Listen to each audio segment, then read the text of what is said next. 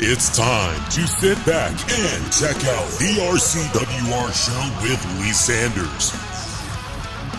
Get fun, in-depth coverage and analysis from the latest in professional wrestling in AEW, WWE, NWA, Impact Wrestling, or the world of entertainment. From hit TV shows to your favorite sports like the NBA or NFL. All things music, movies, and beyond, while trying to make sense of this crazy world we live in.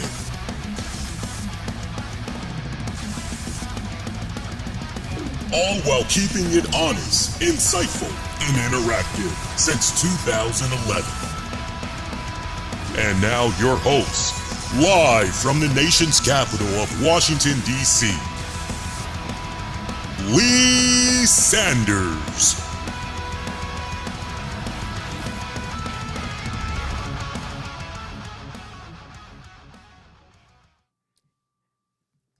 Hey, my pretty babies, what is going on? Covering the latest in wrestling, entertainment, and beyond since 2011. This is your WWE Royal Rumble 2024 post show for this now, at least here on the East Coast, Sunday morning, January 28th, 2024. What did you all think about tonight's Royal Rumble event? Sound off. I gotta tell you, I'm definitely taken back by the voting results so far, even though it's early and the poll hasn't been out that long. I'm very surprised at the results that I'm seeing over on Twitter. Now known as X. I'm very, very surprised. So if you happen to have X, definitely go over, take a look at that, and see if you agree with those results. And don't forget, we also got the community poll up on YouTube as well. Head on over to youtube.com/the RCWR show. We are streaming on multiple outlets right now, so welcome one, welcome all. Shout out to everybody. I hope your weekend is going off to a decent start so far. If you're a wrestling fan, this is your weekend because there's a lot of stuff that's going on. There's a lot of wrestling events that actually went down Saturday going into Sunday. I know there's some stuff from the BLW promotion. I know we had AEW with a new edition of Collision tonight. We also had the DG, the Gate of Bayside. Stardom was doing something. UEW, New Japan was even doing some stuff as well. But of course, everything about that Royal Rumble, man. And you know what? Look, can we just, first of all, I need to put on my glasses here so I can look serious with what I'm getting ready to say right here. So, if you had listened to the show, what was it? Wednesday, and we were offering up Royal Rumble predictions and everything. Your man went on record. I pulled a Charles Barkley. I admitted, America, I got it wrong. Your man got it wrong. I said, and I quote from the Wednesday show, Big E makes his return at the Royal Rumble. That's a surprise entrant. I guarantee. Woo! Yeah, that blew up in my face. And that's the cool part, man. Look, you know, it's nice to have these fun ideas and try to guess what all, but you know what? At the end of the day, it's really nice being surprised and being entertained. That's what it's really all about. And I know that a lot of you guys were definitely pulling there for Big E. A lot of you guys were just hoping maybe he was pulling a fast one there. He was just giving us the whole swan song. And look, anything still might be possible. I know one thing, the more and more that you thought about it as far as a Big E possibly returning at the Royal Rumble, it doesn't quite add up, given the fact that, wait a minute, for the men's Royal Rumble, everything is top heavy as right now. And we're going to have Big E make his triumphant return only for him to lose in the same night. No, like that in itself is a really good story, especially if you're trying to tell the type of story that's going to see him go after World Heavyweight Championship gold. Nah, you don't want to blow that load with the Royal Rumble, with this year's Royal Rumble at least. That honestly would probably make a really great story for maybe next year's Royal Rumble or something along those lines. So, given how things had played out, hey, it is what it is. But still, it was nice to kick back, enjoy this. I was actually watching majority of it with my wife. She didn't watch the women's Royal Rumble. She missed out on that, but can we give kudos to WWE before we really dive in to this premium live event? I want to give WWE credit for the simple fact of, 4 matches. That's it. 4 freaking matches. Your men's Royal Rumble, your women's Royal Rumble, the match for the United States Championship, and your match for the Mustard Championship, as a lot of you guys like to refer to it. And that's pretty much it. Bada bing, bada boom. And the fact that the premium live event was over right before midnight, just a couple of minutes before midnight. Hey, I'm down with that. That is perfect. That is just, WWE, fantastic job. Fantastic job. All right, so let's jump right into it, man, because it's going to be nice, short, and sweet, man. By the way, for those of you, because I see the analytics, I see where some of you guys are coming from, definitely as far as YouTube goes. I see that there's a decent amount of you guys that check me out. And then the circle of friends as far as Wrestling Soup and Solo Monster. For you guys that happen to be checking out Solo Monster, I doubt he's doing a show because he was live in attendance. I personally, I'm a fan at the end of the day like you guys.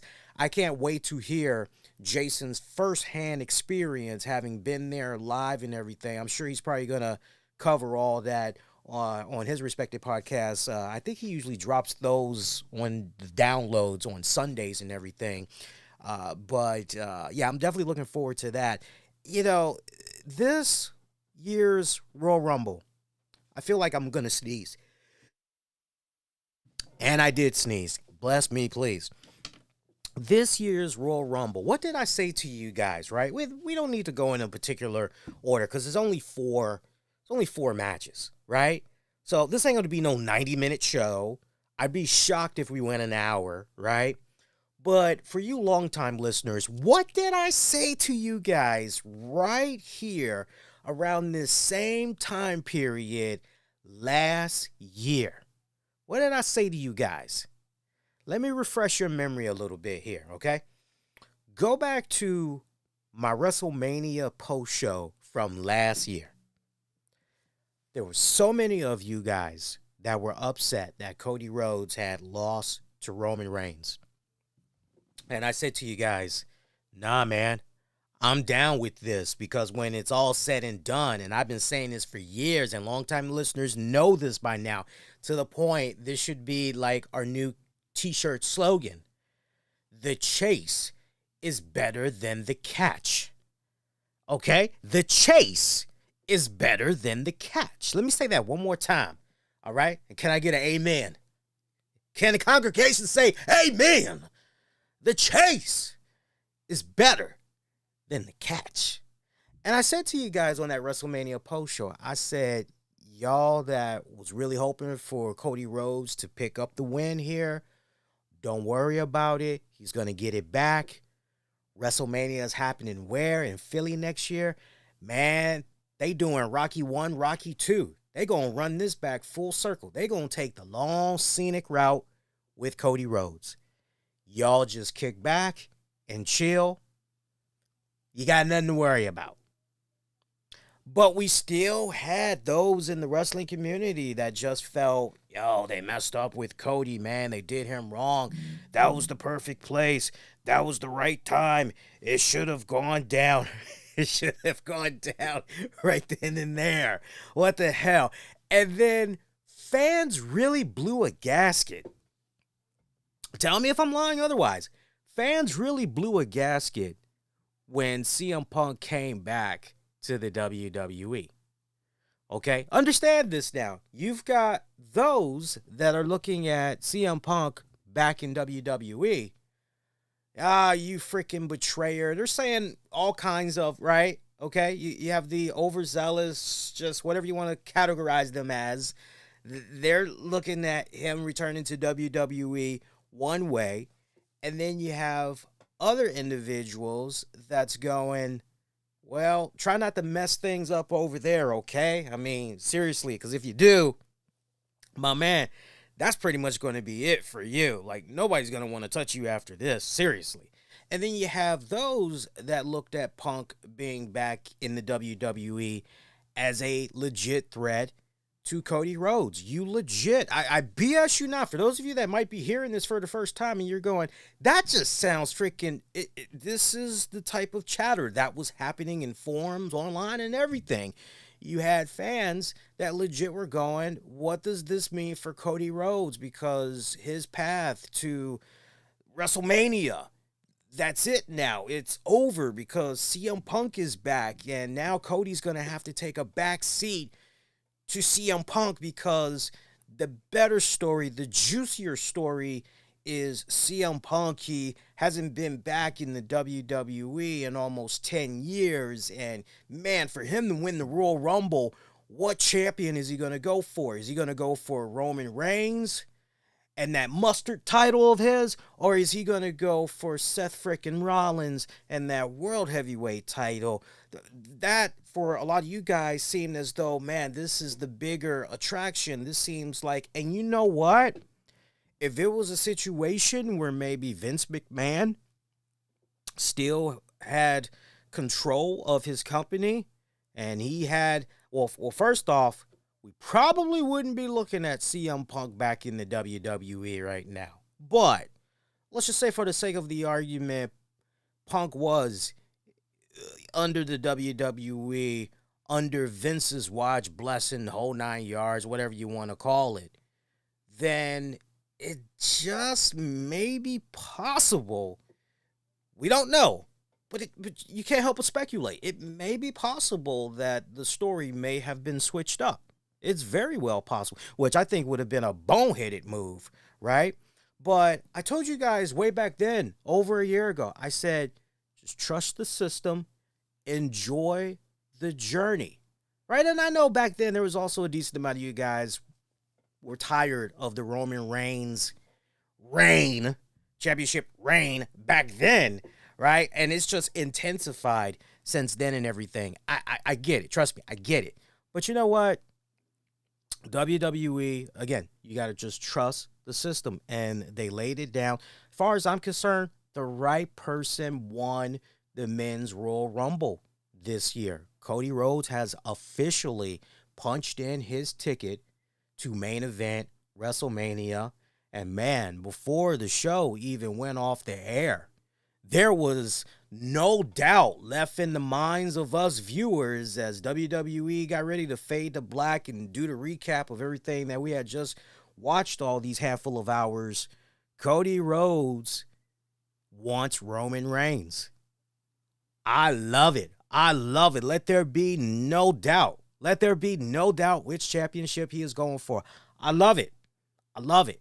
And I can't wait to see, as Michael Cole has said, what inning are we in now, folks? Officially, now we're in the fourth quarter. Now we're in the fourth quarter. This is it right now, okay? Right?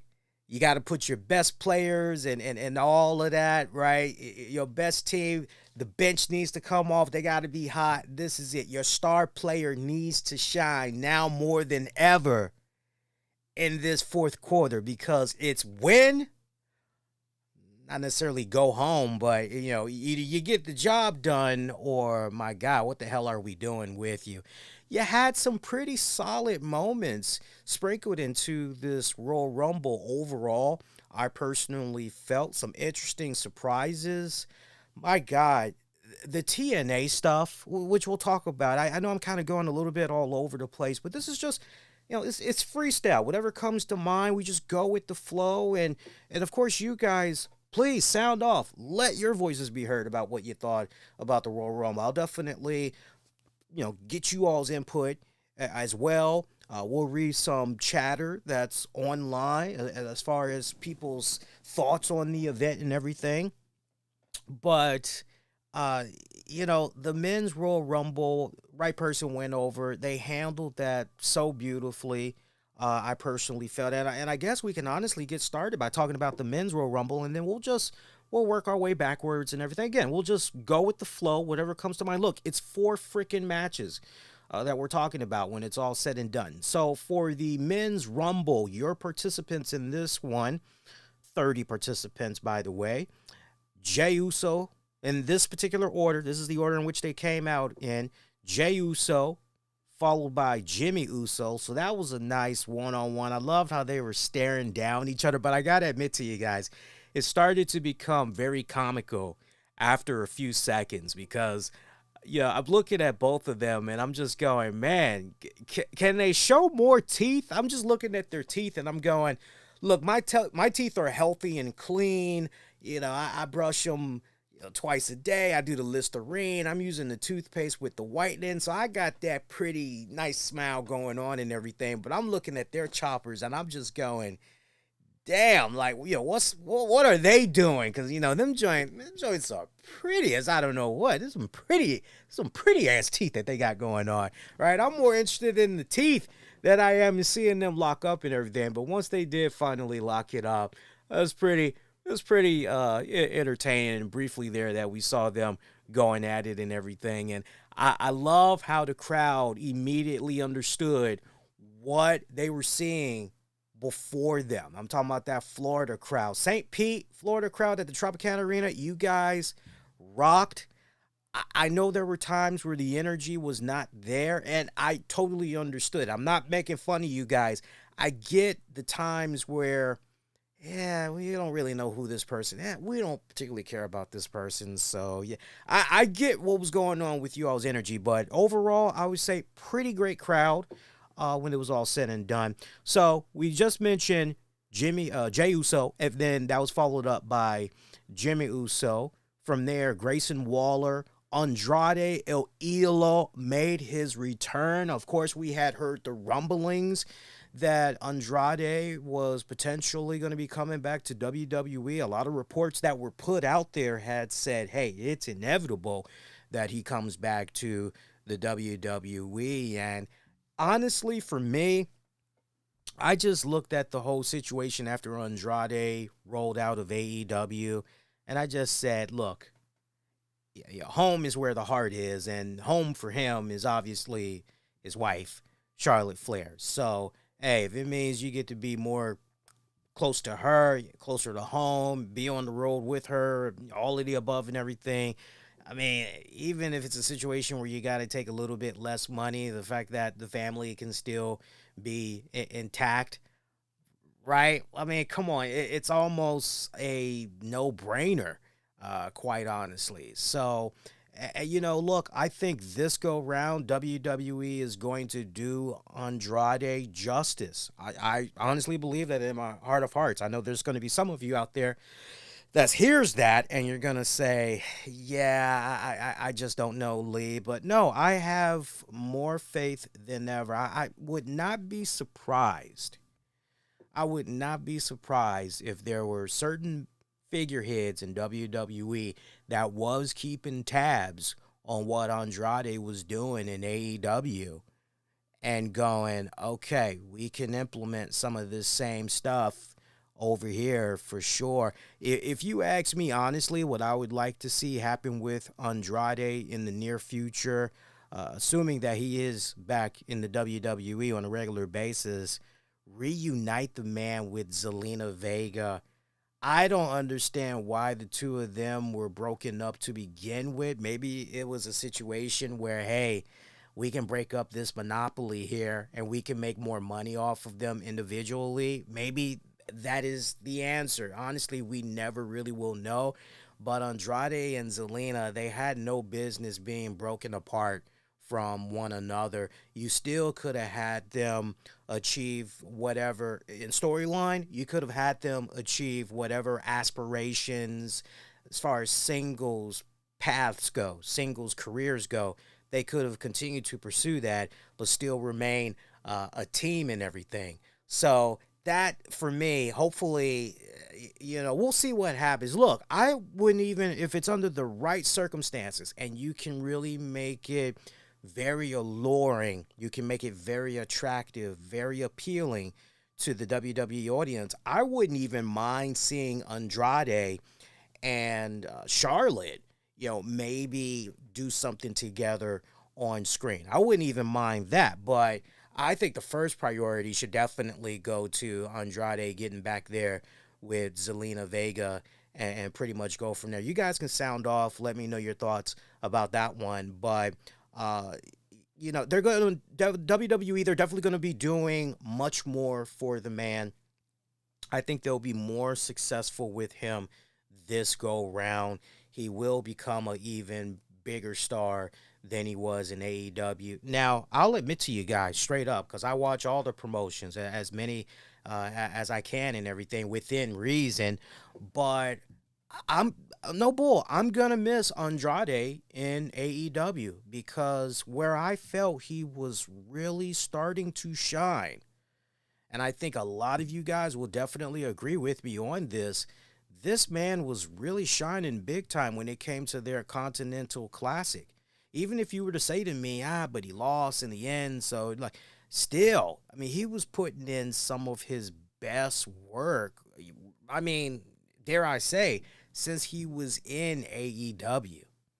And the fact that Tony Khan and crew could not secure him, as Tony Khan had said in his own words, don't take my word for it, but in his own words, they tried to renegotiate with him. They tried to make him a really good, reasonable offer and everything. They tried to do everything in their power to get him to resign, but he decided that he was done in AEW. And as we all know, Andrade had been trying to get out of that AEW contract for a good minute. Let's be real. He's been trying to get out of that contract for a good minute.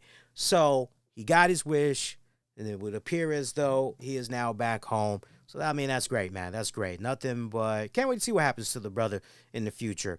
Number 5, Carmelo Hayes. Love that dude. Love Carmelo. Followed up by Nakamura, Santos Escobar, Karrion Kross, Dominic Mysterio, Carlito, Bobby Lashley. It was at this point, you're looking at Lashley, you're going, okay, things are definitely going to get kind of interesting here, because if you've been following what's been happening on SmackDown the past couple of weeks, you know that Karrion Kross has his new stable, and they've pretty much been feuding with Bobby Lashley and the Street Profits, right? Look, I like Karrion Kross. I love the dude. I got nothing but respect for him and his wife Scarlett. I think the world of them. I don't know what it is, but it seems like, as talented of a film editor and all that Karrion is, and what he's able to do online outside of the WWE system. I mean, he just puts out, I gotta pull a DJ Khaled. He be going, and another one, as far as classics go, he'd be pulling out some really good stuff. But it seems like, for whatever respected reason, no matter how cool it is of what we're seeing outside of that WWE bubble, it's not translating well in WWE. And when I first heard about, Karrion Kross, this new stable, Paul Ellering's coming back, and now thrown into the mix, we got the Authors of Pain, they're coming back, and you start hearing the backstory and all that. On paper, it sounds really, really good. It really does.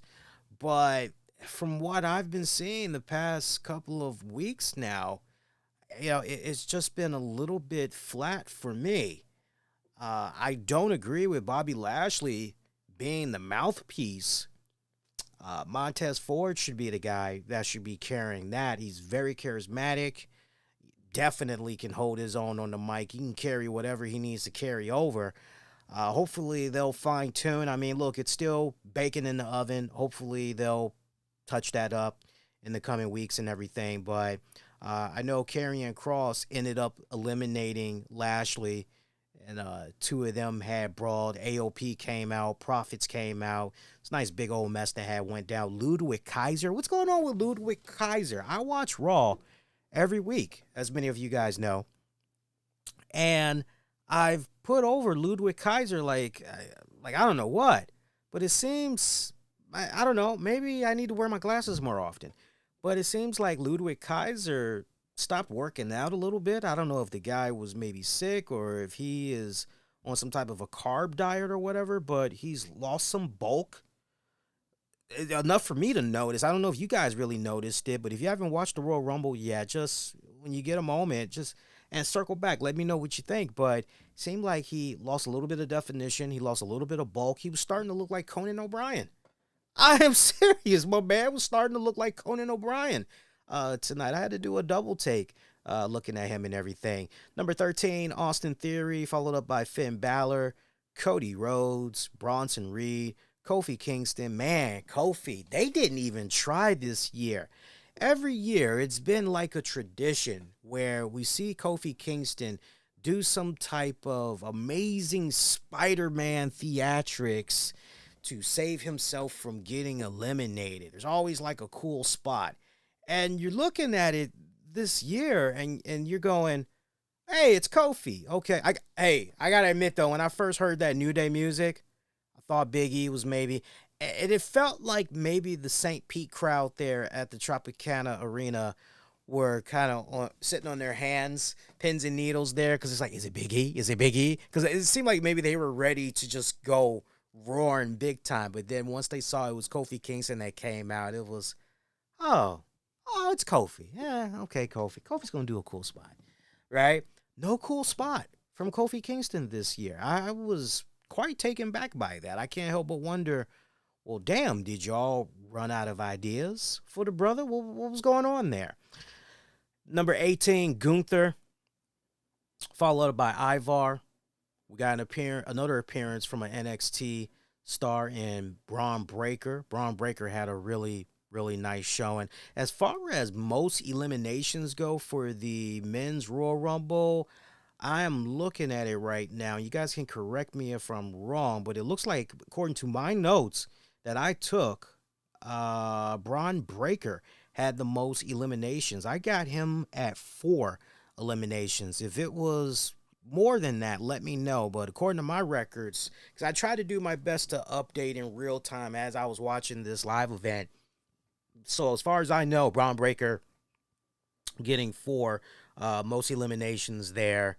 At number 21, somebody we hadn't seen in several months, Omos. How I missed that big man. And where Omos was, MVP was right there.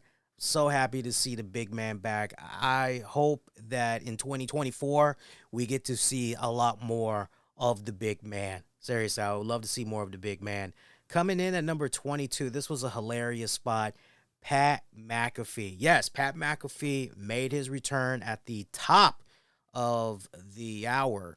As soon as the Royal Rumble had opened up, he joined Michael Cole and Corey Graves for commentary the entire night. And WWE, I got to give them mad props. I'm glad that they were able to work out some type of a deal to have Pat McAfee come in. It was interesting because at first, I would say the first hour, it kind of seemed as though there was just a little bit of accidental overlapping. But once the boys, and I think that's mainly because Pat and Cole, they're in sync. You know, they got each other down. You know, but Corey is still in that, okay, I got to, find my sweet spots and everything. And it was a little bit, rough at first and everything. But after about maybe an hour, the trio was finding their groove and very entertaining. Most fun commentary that I've heard on a premium live event in a long time, quite honestly. I'm being totally candid with you guys. So that put a big old smile on my face seeing Pat McAfee out there. I know he makes the news for other reasons because Aaron Rodgers said what, but you get away from all that silliness and you just have him focus on talking sports or doing commentary on sports, and he definitely shines. And I love that Pat was so honest in letting it be known, hey, what's going on here? Like, chat me up to speed. What the hell is this? He was doing it most of the night, and he was doing it in such a way where he wasn't asking the same question repeatedly, but it was enough for you to notice as a fan if you had the commentary on.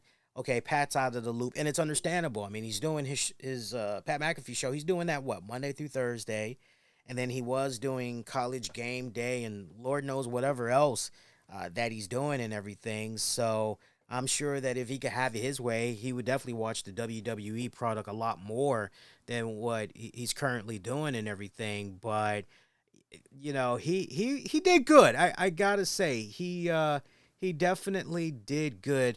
Oh Lord, nobody cares about your OnlyFans. Seriously, nobody cares about your OnlyFans. Okay, you're the only fan. Get that crap out of here, man. Seriously, like I can see all the comments that's coming. So you guys are gonna get a hilarious kick out of this. So we had somebody that popped up in the chat, and they were saying, "Oh, God bless you. Oh, good morning. God bless you." And I'm thinking to myself, I don't know no wrestling fan that talks like that, but let me just watch them because they look kind of suspicious. And then like about 5 minutes later, they go, did you know that I'm selling pictures of my feet for $5? The link is in bio. I'm on OnlyFans. Get the out of here. Nobody cares about that. You gotta go freaking creeping in YouTube channels trying to put over your freaking $5 feet on OnlyFans. That's just desperate. That's just desperate. You shouldn't have to do that. If you're hot looking, you should be able to just post something on X or Instagram and just instantly, come on, man. Come on. That's just, I'm looking at the chat room though, for those of you. So you fake ass OnlyFan accounts. So probably bots for all we know. But thank you for the chuckle. Hopefully that made you, the live listeners, chuckle a little bit there. Yeah, we get a little bit of any and everything on this show. It's live, pal. Things happen. All right. So anyway, yeah, but I love the trio, Pat McAfee and all of them. Good stuff right there. Pat McAfee actually was able to enter the Rumble. He was shocked. He didn't know what to do. He gets in there, and at this point, you've got Omos, Braun Breaker, and Gunther all looking at him like rabbit wolverines just salivating over a piece of steak. And Pat McAfee climbs over the top rope, looks at all of them, thinks about it, comes back inside, looks at him again, goes back over the top rope, and then finally drops to the floor to eliminate himself. Hilarious. I howled so bad. I love that spot. 23, JD McDonough, followed up by R-Truth. R-Truth, hilarious. Hilarious. His comedic timing continues because we see R-Truth come out, and at this point, JD McDonough, he's out on the floor. He got knocked on his keister, but he hadn't been eliminated. So R-Truth comes out there, and he's checking on JD, and he's like, hey, man, hey, come on, get back in there. Get back in the game. So he actually tosses JD back into the ring. And then JD immediately gets eliminated, and R-Truth just kind of looks at him like, well, sucks to be you, but he just rolls back into the ring. But it doesn't stop there. From there, R-Truth goes into this Royal Rumble match, staying outside the ring in a corner, begging for Dominic Mysterio to give him the hot tag. And it's like, it's not that kind of match. Like, what the hell? And Dom eventually played along. He actually tagged in R-Truth. R-Truth going in there with the hot tag, doing some cool spots and everything when everybody in there. Most hilarious stuff, man. They did really good there with R-Truth. Not to mention, I liked how they had planted R-Truth in the women's Royal Rumble match.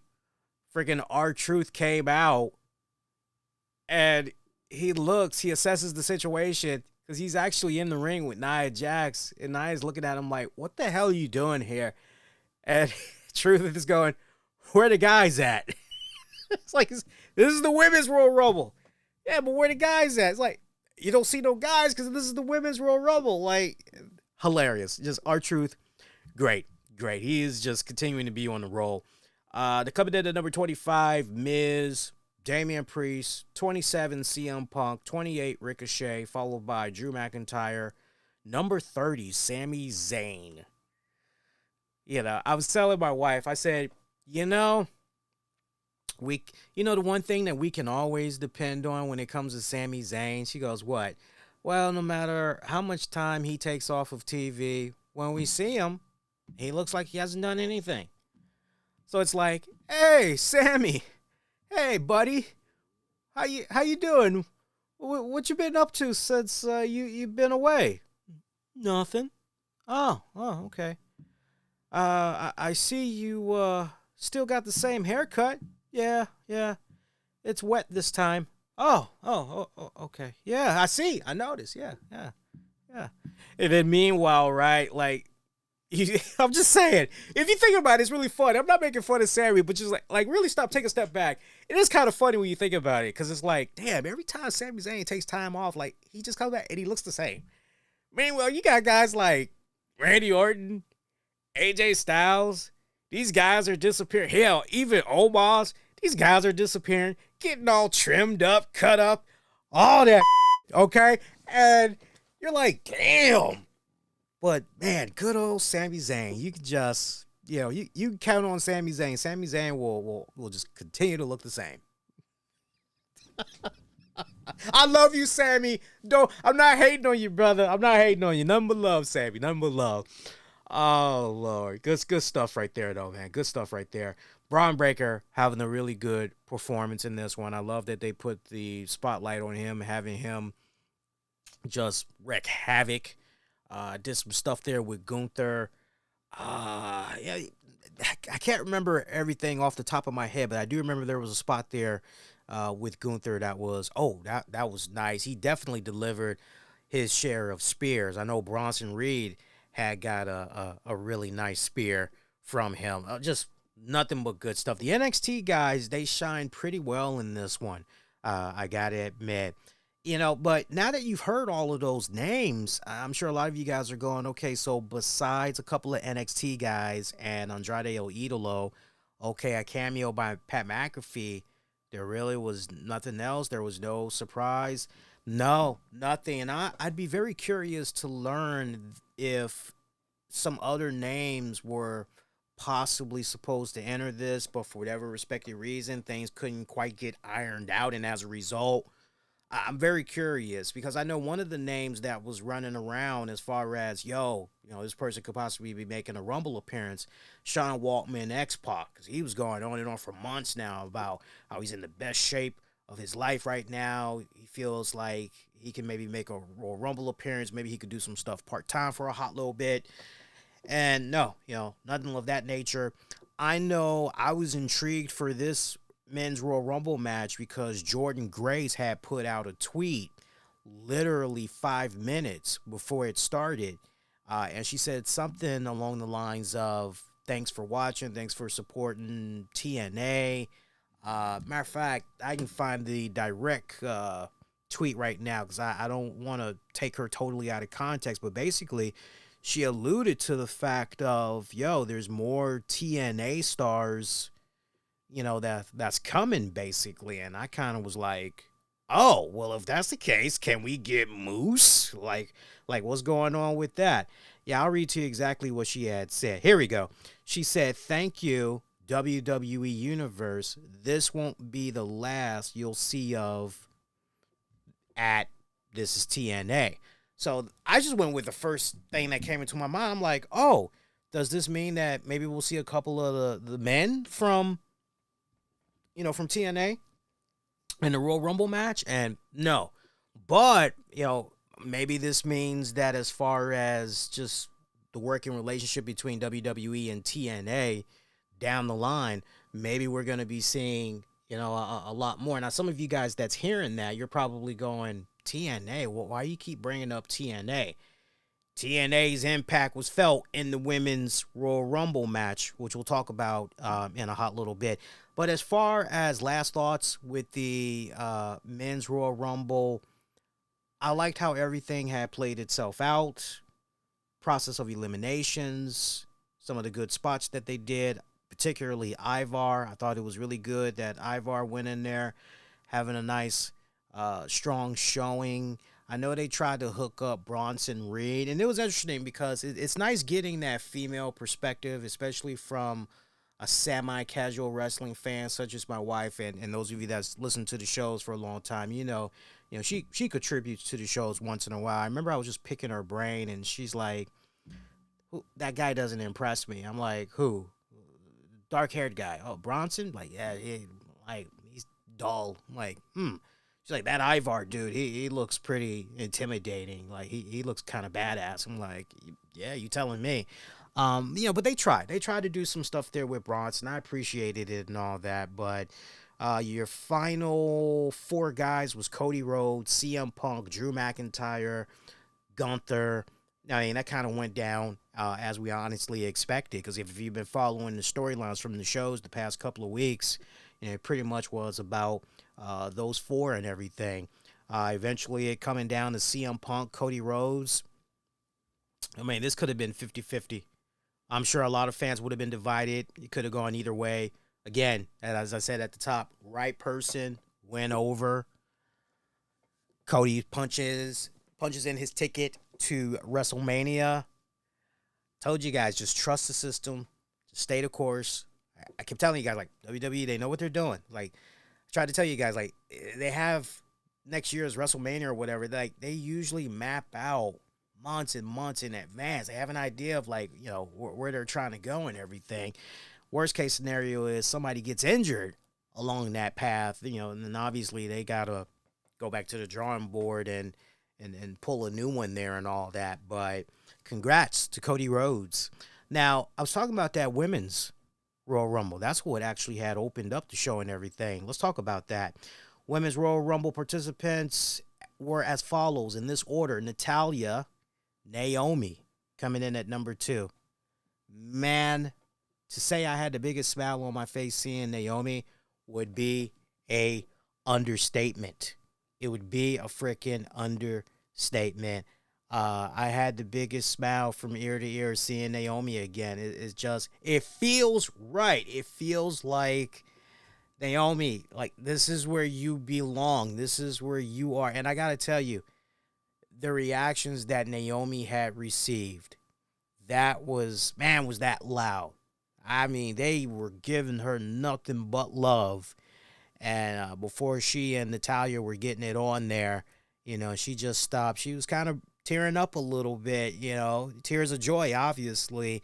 And the fact that the crowd was chanting welcome back and everything. It was a nice, cool moment. Nice, badass moment. You had a couple of nice moments in there where the crowd, really popped, let their voices be heard. That's one of maybe the top 3 that really stand out to me the most, I would have to say.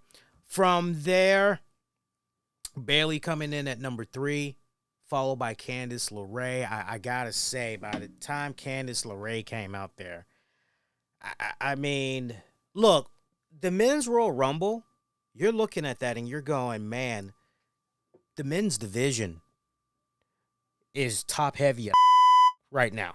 It is top heavy as right now. Okay?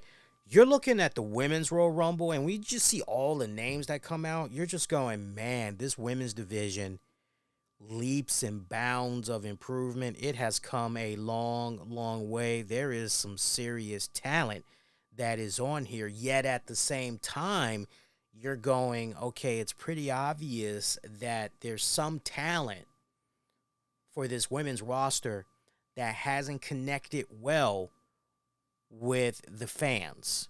And Candice LeRae was definitely one of those people. She came out there.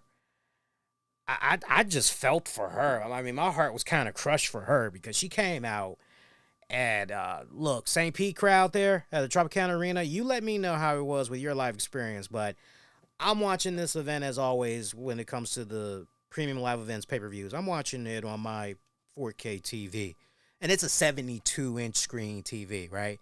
And I got the sound bar and all that, so I don't miss nothing, okay? I got this volume cranked up pretty loud. and I hear Candice LeRae's music. She comes out there, and they're showing the fans, and they do this nice wide shot, and there's like nobody reacting. And I just couldn't help but go, damn. I mean, I'm like, damn, that's. And look, before you guys say, no, Lee, we were cheering her, or before anybody says, I heard a cheer. When number 5 came out, you heard reactions. Of course, I'm talking about the TNA Knockouts champion, Jordynne Grace. Yeah, TNA Knockouts champion, Jordynne Grace, in the Royal Rumble. And she got, out of this women's Rumble match, she got the second biggest reaction. She got the second biggest pop. Man, I looked at that. I said, holy freaking, oh.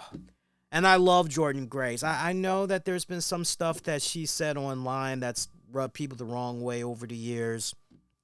She's gotten involved in some controversy.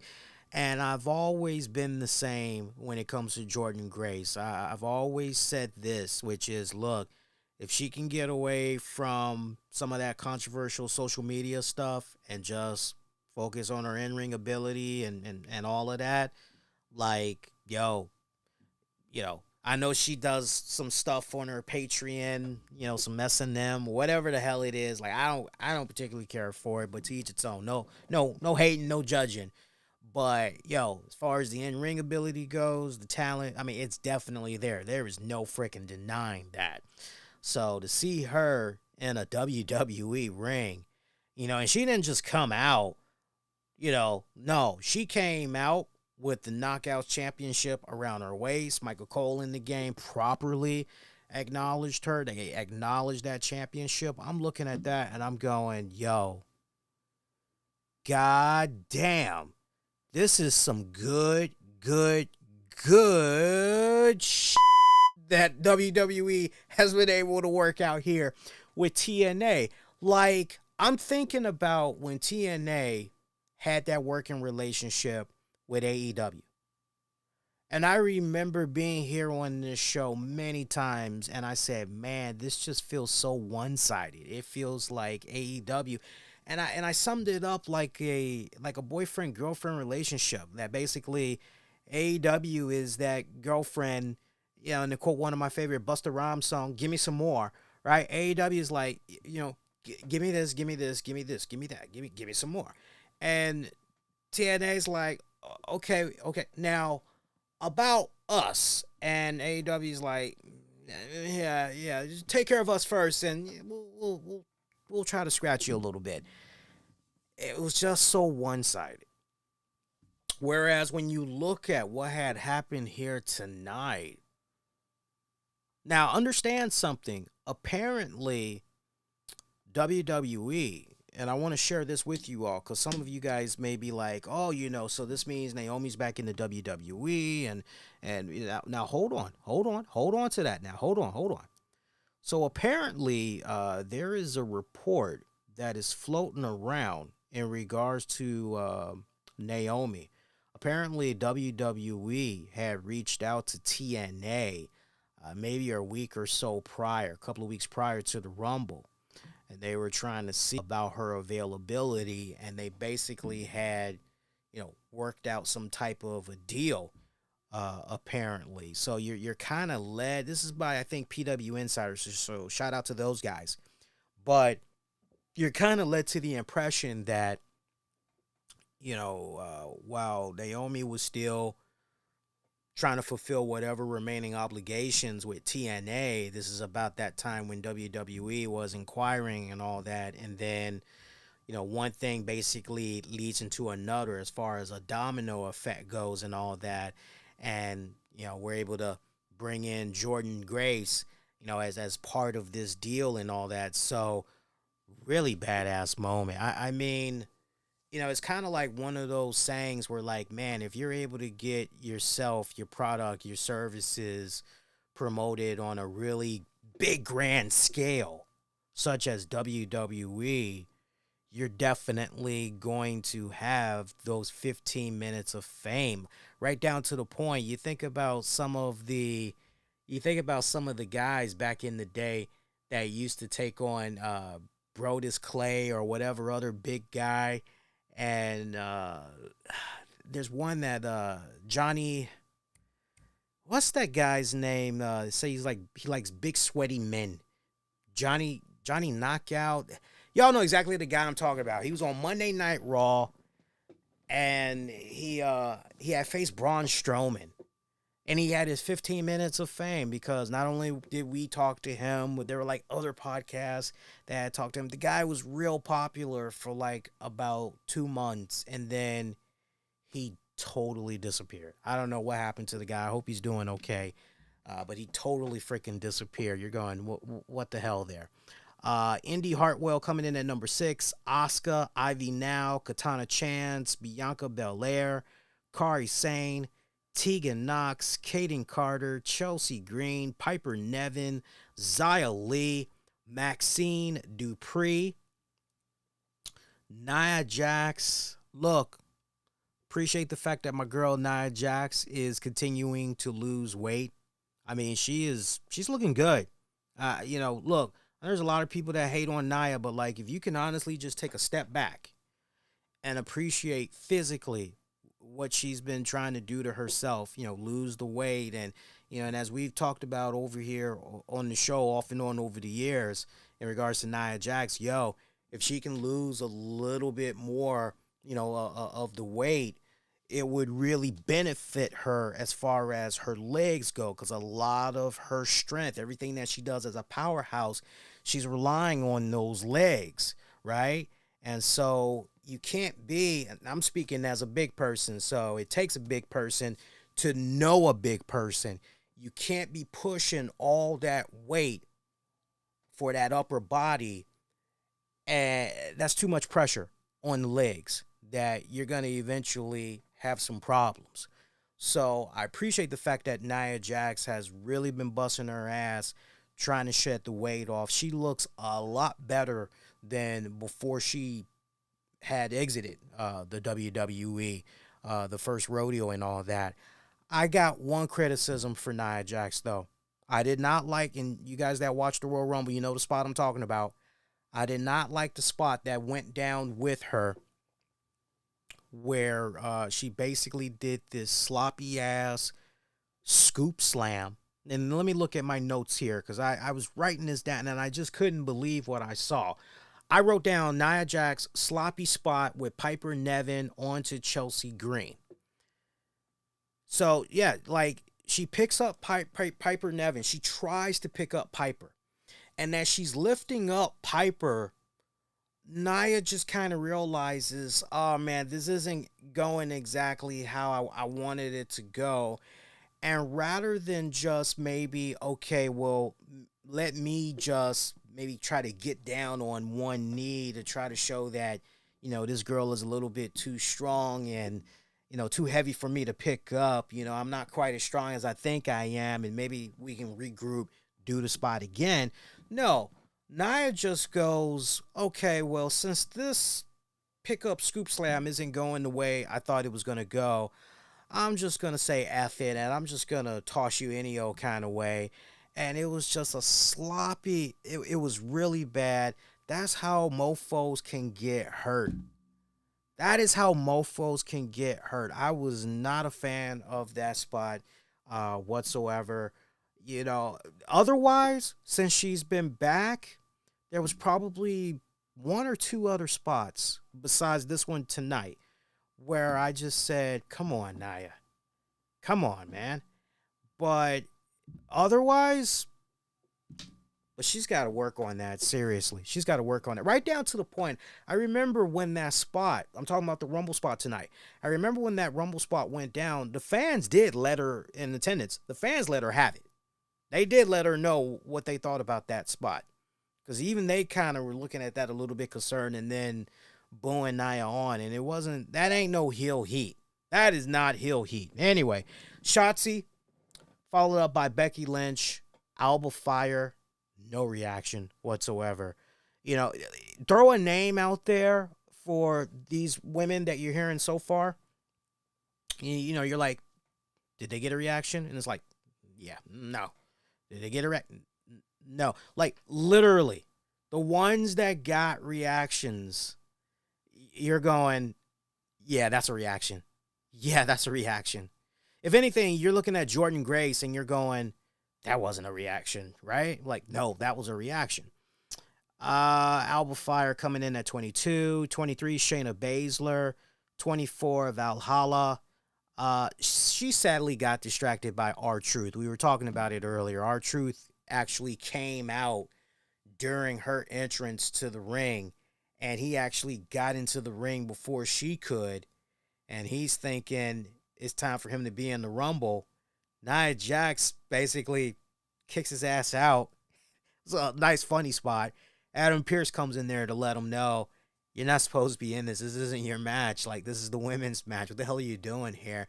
And he's looking at Valhalla. Valhalla's screaming, like, what the hell? And Adam Pearce is like, Valhalla, you go in. R-Truth, you go out. You go to the backs. Like, it's not your time to be out here yet.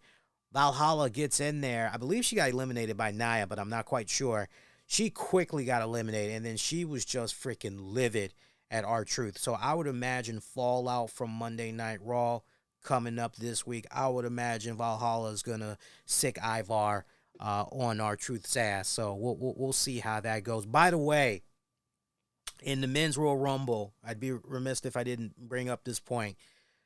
Damian Priest showed R-Truth some real tough love, because when Damian Priest got in there, when it was his time, he quickly went for R-Truth and eliminated the hell out of him. So, obviously, he is still pretty sore. I mean, in storyline, rightfully so, right? From what had went down this past Monday with that match and everything. So, yeah. Let's see. 25, Mia Yim. 26, Zoe Stark. 27, from NXT, Roxanne Perez. Hardly a reaction. Number 28 is where you really got your other biggest pop, too. Jade Cargill. This was the moment. Jade Cargill, great ovation from the freaking crowd. I know I popped hard, big time. Could not believe what I was seeing there with my girl Jade. And they revamped her theme a little bit as well. You know, when Jade was in AEW, her theme song went something along the lines of a storm is brewing, coming, or whatever. So they brought that same little hook back, but they definitely revamped the instrumentals and all of that. I love it. The overall presentation of Jade Cargill, it was badass. I got to give mad props to WWE for how they presented Jade Cargill tonight, because if you're going to make a debut, and you want that debut to be impactful, you want it to be memorable. You want for the podcasters, the vloggers, the wrestling websites, you want them all to be talking about it. This is how you do it. And WWE did this girl justice. You have her come out. Not only does she get a great ovation, you have her standing toe-to-toe with Nia Jax, who, to WWE's credit, have been building up quite well the past several weeks, making her come off as this big, physical, menacing threat and everything, right? And Jade is basically standing there toe-to-toe with Nia going, you don't intimidate me. Honey, go ahead. Nah. You don't want none of this, right? And it's like, Jade's out there basically, I know what you're about. I don't care. You want to bring it? Come on. I want the smoke. I want all the smoke. So that was a nice, cool moment right there, especially given the fact of how WWE was building up Nia, and you build her up so damn good that when Jade debuts, you got Jade and Nia going at it physically, and the end result is Jade basically body tossing Nia Jax over the top rope. Man, chef's kiss all the way around. Badass. But then you don't just stop there. You don't just stop there. You also have a really cool moment where Jade and Becky Lynch, they get into it. Naomi gets in the mix as well, and Jade ends up eliminating both of those girls. These are former WWE Women's Champions, okay? Don't, whether it was a butterfly title, like a women's champion in WWE is a women's champion, right?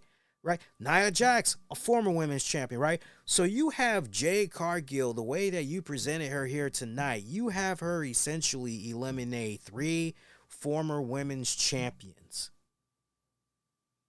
Oh, and everything that she did in there, she looked good. She looked good. She looked miles ahead better than the last that we saw of her in AEW. Don't get me wrong. Once in a while, some good opponents would come along in AEW, and we would see, a fairly comparable Jade Cargill match. But when you got right down to the heart of the matter, Jade was still very, very green. Here she looked more polished, and, look, even though she didn't win the Women's Royal Rumble, just the fact that she was able to basically be part of, what was that, the Final 3, Final 4? I mean, that's good bragging rights in itself. So if you're a Jade Cargill fan, you got nothing to be ashamed of here. They went above and beyond. They did justice by this woman, as far as I'm concerned. They did justice by her. Coming in at number 29, NXT's Tiffany Stratton. Good. Look, I'm glad that they gave her the nod, because, look, whether some people like it or not, she definitely is going to be a future face of the women's division and everything. So I would not be surprised to hear she gets a call up in this year's draft lottery. We'll see. Coming in at number 30. This is the only thing I don't agree with, and I apologize in advance, Liv Morgan fans. Yeah, Liv Morgan at number 30. Like, I wish that could have gone to somebody else. Like, give me Nikki Cross. Give me Nikki Cross. Like, seriously. Just, Now, some of you guys hear that and you're going, you still a little bit salty about what happened with Liv Morgan a while back with the arrests and the charges. And, yeah, but even... I am. My whole thing is, okay, like, Florida's rules. I'm not talking about, forget about the thing that she had that belonged to somebody else. Forget that. I'm not even talking about that. You just know how Florida is as far as marijuana goes, right? Because they're ass backwards out there, right? My whole thing is, man, don't even bother putting yourself in that position. Like, don't even drive around. Just stuff that stuff somewhere, right? And just, I don't know. For me, I just felt that there was no need to have Liv Morgan right here. I would have preferred it if it would have been Nikki Cross or whatever. Look, I'm happy to see the girl back on TV at the end of the day. I am, and honestly, I think it's just stupid. How Florida operates down there. And again, they got a dumbass governor, but I digress. So your final participants, Bayley, Liv Morgan, Jade Cargill. You're looking at this point and you're going, well, it's either going to be Bayley or it's going to be Jade Cargill, because, man, that would be just because like Liv Morgan, that kind of doesn't really make sense. How cool would it be if Jade Cargill were to be the winner of the Women's Royal Rumble? Which brings me to this other point, by the way. I know we can't have a champion from a rival company look very strong, but, man, it really would have been nice to at least see Jordynne Grace be maybe in the top 6 left for this match. By the way, going back to Jade Cargill, she even had a really cool spot with Bianca Belair. There was even a nice little tease right there. I believe they they did a little something. No, they didn't get to do, but there was a nice acknowledgement between the two. I know for myself and many others, like, yo, that's a dream matchup, whether it's one-on-one or you put them in a tag match. Like, there's money to be made with that one. Bayley winning the Women's Royal Rumble. You know what? I'm okay with it. I know there were some people online that were a little bit on the fence about it, and there were others that were going, it does nothing for me. It's just, a blasé pick. And for me, I think Bayley deserves it. And I'm going to just, in a nutshell, explain the reason why. Whatever has been asked of Bayley, I mean, you go back to all of, what do you want to do, 2022, 2023, whatever has been asked of Bayley has gone out there above and beyond, all in the name of entertainment and just doing business. And if that means that she needs to face whoever 3 times in a match, back to back to back each week, and she keeps losing to them, then so be it. If she's got to be the butt end of a beatdown, right? If she's got to be the one to eat the pin or the submission, like, the girl has just time and time again. And on top of that, she's been fairly entertaining to a degree. I think where most people are looking at this Rumble win for her and are a little bit sour over it, they're probably looking at the fact of, well, wait a minute here. It seemed like the trajectory of this arc with Bayley and Damage Control is that everybody else is able to do what they need to do, but Bayley can't. So Bayley needs to be kicked out of Damage Control. A lot of people were thinking, and look, I'm right there with you. I'm thinking the same way you guys are thinking. That very well could still happen. It very well could still happen, because I got to be honest with you guys. I don't see Bayley going after Rhea Ripley. I don't see that at all. I see some type of a scenario going down. If you're asking me for my honest opinion, I would not be surprised if some type of a spot happens where maybe a Max, the Assailant, attacks Bayley, and or Damage Control. Maybe Io Sky. Maybe she decides, you know what? This girl's going to be coming after me and what's mine. So before she gets to me, I'm going to get to her, and I'm going to take her out first. And because she's just not sure. She doesn't trust Bayley. And maybe it turns out, the one time that Io and crew are very paranoid about Bayley, and they're like, nah. Before you even turn that dagger, we're going to turn it on you. Ha! What do you think about that? Maybe it turns out that, no, Bayley wasn't even going to go after Io. She actually was going to go after Rhea. Or, hell, maybe she was going to settle for the NXT Women's Champion, right? But she was not, for the record, going to go after Io. But now that they did what they did, and she wants revenge, now she is going to go after. You got to do this in a way where you definitely need to turn Bayley. I still think that's going to have to be the end result when it's all said and done. So we'll see how that plays out over television the next couple of weeks. But, just kind of a little bit of the storytelling that I've been seeing play out on SmackDown off and on the past couple of weeks. I'd be shocked if it went in another direction. Now, Bayley being involved in the Rumble the longest, she came in at 1 hour and 3 minutes.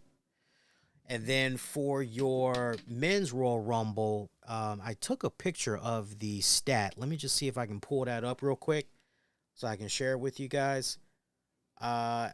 Cody Rhodes would have been, if I'm not mistaken, I think Cody Rhodes would have been number 2. Your number 1 actually would have been Jey Uso, because Jey Uso had clocked in at over 50 minutes. So but sadly he got eliminated. So your number 2 is actually Cody Rhodes, because Cody Rhodes came in, I think, at almost close to Jey Uso's time when said and done. So, for all intents and purposes, for the women's Royal Rumble, right person went over. Men's, for sure, right person went over. Just trying to think if there's anything else in addition I want to say in regards to the women's Royal Rumble match. Not really, but for me, if you want me to go on record and just who got the biggest pops out of that match, it was definitely Naomi, Jordan Grace, Becky Lynch, Jade Cargill. Decent reactions to Tiffany Stratton. More so, ooh la la, who is that? More so like that. Your men's, Jay, Jimmy, Nakamura, Dominic Mysterio, Cody Rhodes,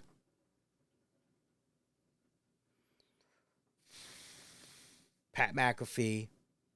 Actually, the crowd kind of seemed like they weren't sure what was going on there when they heard Pat McAfee's music play again. So I'll eliminate that one. CM Punk, McIntyre, yeah, the usual suspects, in there. All right, so we got 2 more matches to talk about, and then we're pretty much done. By the way, congrats WWE, you got your partnership back with Slim Jim. What a crazy week that it's been. I haven't even talked about the Vince McMahon allegations. So the plan right now, because we do a show Monday and Wednesdays. So when all the stuff went down with Vince McMahon, we were already done with the last show for the week. So the plan is for me to definitely sit down and record something sometime Sunday, and I'll release it. Worst case scenario, maybe we'll talk about it on Monday. But I'm kind of going in one of those directions right now. But I mentioned Slim Jim because when all the stuff went down with Vince McMahon, Slim Jim was like, yeah, we're very concerned about this alarming news that we're hearing. And yeah, we don't want anything to do with WWE. Thank you very much. And next thing you know, we get the Vince McMahon statement like the next day, him stepping down, resigning, whatever you want to call it, fired, whatever you want to call it.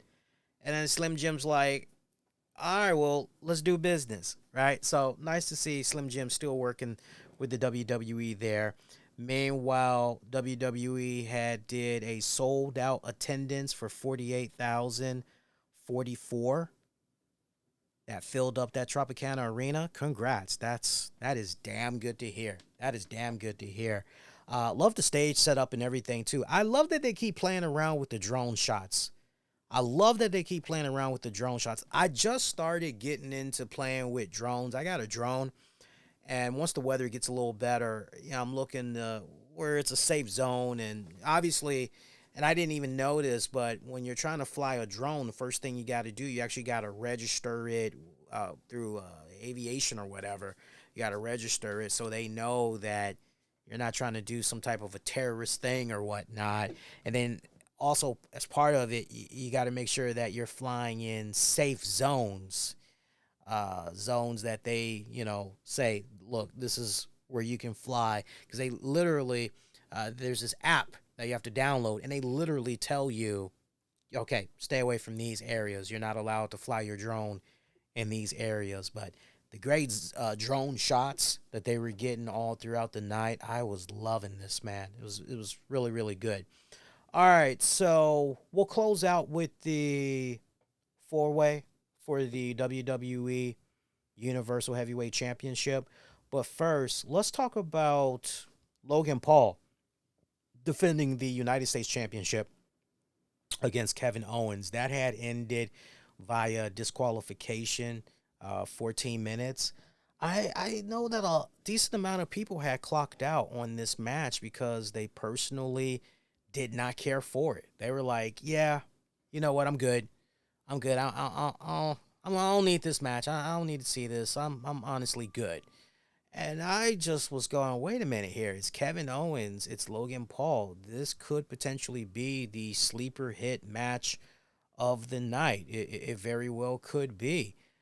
And I just personally felt that with what they did here, given the circumstances, because this match had to follow up behind the undisputed heavyweight mustard championship. It had to follow that four-way up. I thought these boys went out there and I thought they put a very, very solid match up there.